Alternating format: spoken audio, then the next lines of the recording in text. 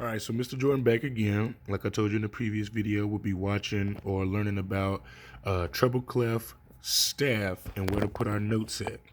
So the first thing we need to know is this is the treble clef, this little funny thing that looks like a G. You see it says treble clef. Next thing we need to remind ourselves is that a staff is conducted of 5 lines and 4 spaces. 1, 2, 3, 4, 5 lines. 1, 2, 3, 4 spaces. Third thing we need to know is what our musical alphabet is. Unlike the regular alphabet, the musical alphabet only has the first 7 letters of the alphabet, A, B, C, D, E, F, and G. We take these alphabets, we place them in the staff in the 5 lines of 4 spaces, and we put our treble clef next to it so that we can know exactly what notes that we're supposed to be dealing with. This is kind of what it looks like when you put it all together. The clef, the staff, and the musical alphabet, we put it together. You see you have a treble clef. For our 5 lines, the 1, 2, 3, 4, 5 lines, we have E, G, B, D, F. For the 1, 2, 3, 4 spaces on the staff, we have F, A, C, E. All right.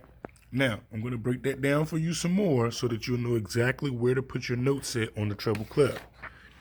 So when I turn on the back side, when we're talking about the staff and we're talking about the 5 lines, well, we know we need 5 notes from the musical alphabet, A, B, C, D, E, F, G, to go on those 5 lines.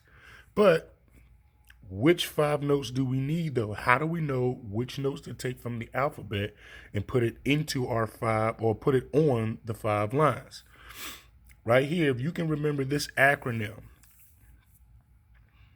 every good boy does fine. And remember what the first letter of each of those words are: E, G, B, D, F. That will tell you where to put those letters, that musical alphabet, on the staff. And I wrote it like this so that you would know that the first line, which is the line at the bottom, is E for every. Second line, this one right here, G for good. Third line, B for boy. Fourth line, D for does. Fifth line, the top line, F for fine.